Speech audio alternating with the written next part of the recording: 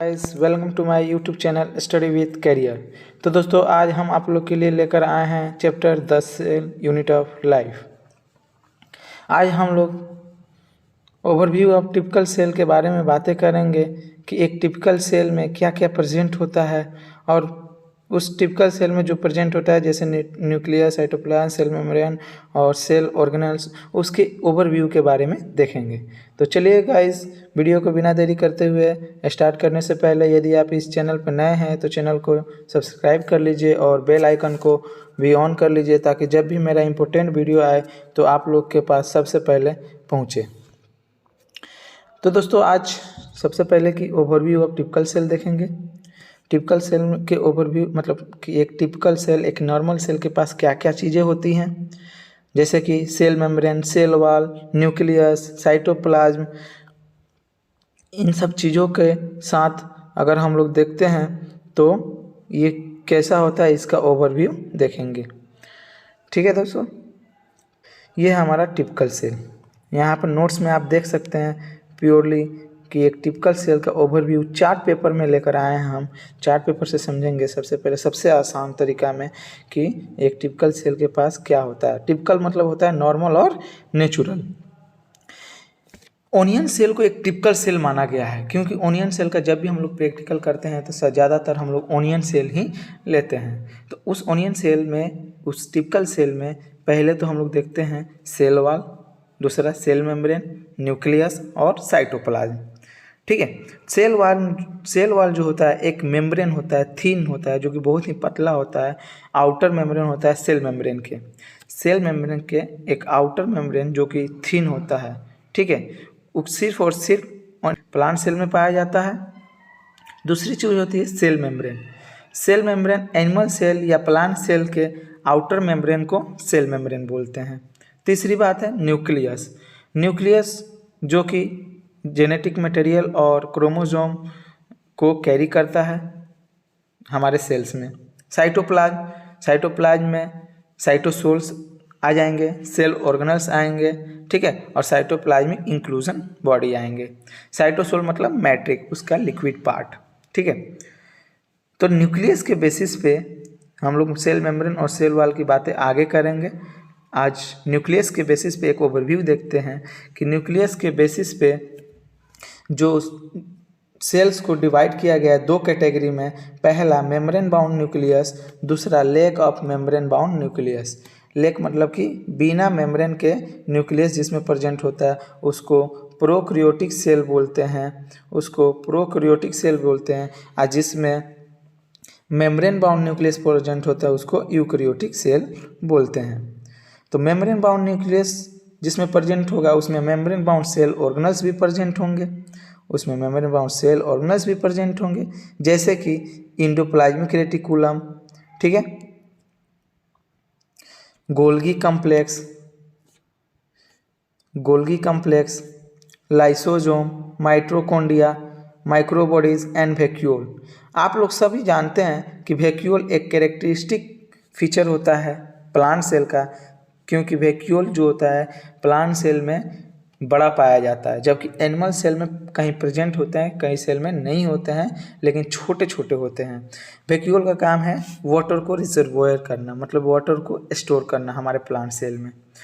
Membrane bound cell organs की ये बात रही, जिसमें यूकैरियोटिक सेल है, जिसमें membrane bound cell organelles present होंगे, जैसे कि endoplasmic reticulum, ER, Golgi complex, lysosome, mitochondria, जो कि हमारे लिए एटीपी का मिल बोला गया है, और माइक्रोबॉडीज एंड वैक्यूल्स। तो यूकैरियोटिक सेल का एग्जाम्पल होता है protista, plants, animal and fungi, protista, plant and animal cells. इनका यूकैरियोटिक सेल्स का मल्टीप्लिकेशन रेट बहुत ही स्लो होता है, क्योंकि देखते हैं हम लोग कि जब भी एनिमल सेल्स चाहे प्लांट सेल ग्रो करते हैं तो बहुत स्लो रेट से ग्रो करते हैं। ठीक है, lack of membrane bound nucleus, इसमें प्रोकैरियोटिक सेल आते हैं, इसका एग्जांपल प्रोकैरियोटिक सेल बोला गया।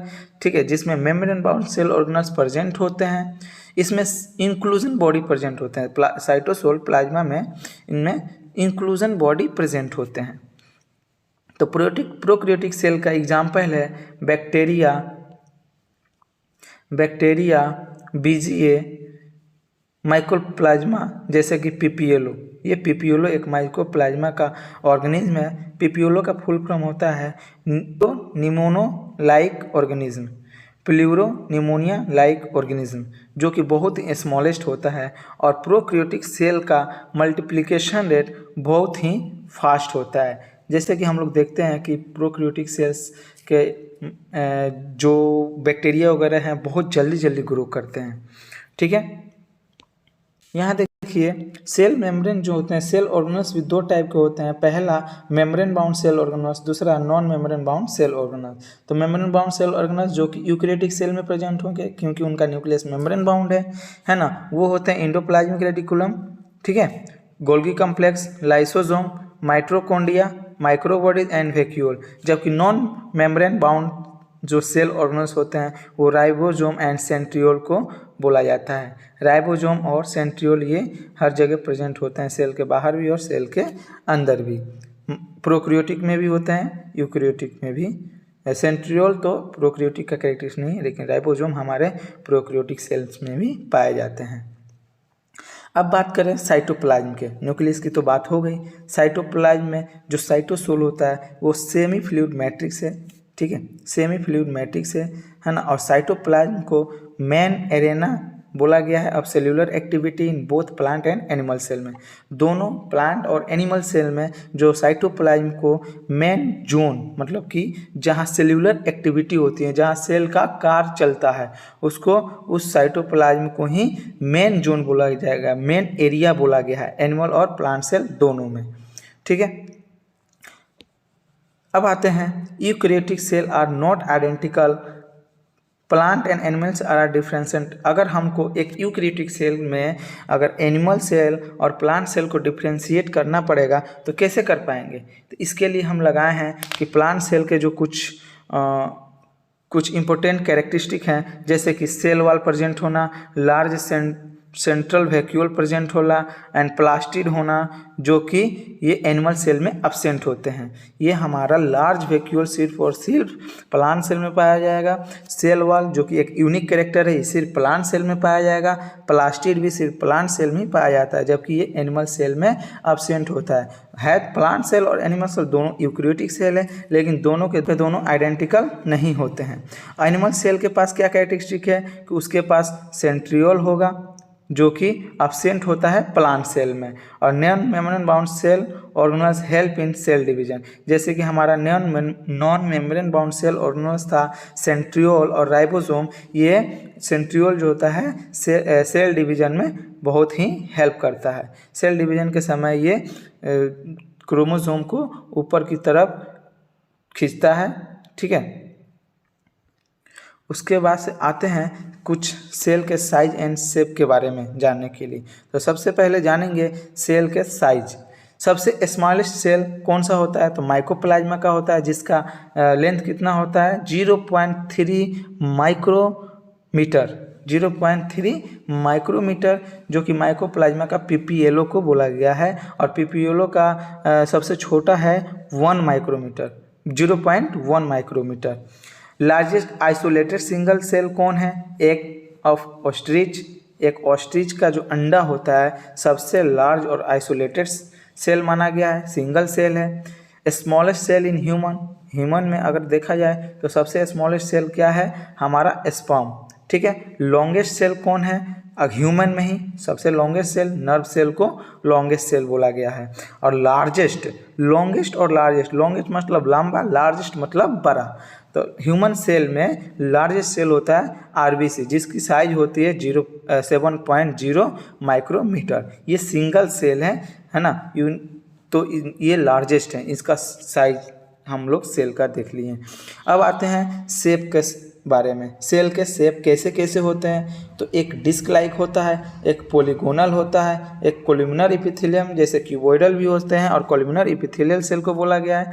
और थ्रेड लाइक भी स्ट्रक्चर होता है सेल का, इलोंगेटेड होता है, राउंड एंड ओवल शेप होता है। ठीक है, तो डिस्क लाइक किसका शेप होता है? आरबीसी का। हमारे आरबीसी का डिस्क लाइक शेप होता है, जो कि और पॉलीगोनल शेप किसका होता है, उसका एग्जाम्पल है WBC, कोलुमिनर सेल या क्यूबोइडल सेल हमारे एपिथेलियल सेल प्रेजेंट होते हैं, जो कि एक कोलुमिनर भी होते हैं और क्यूबोइडल भी होते हैं।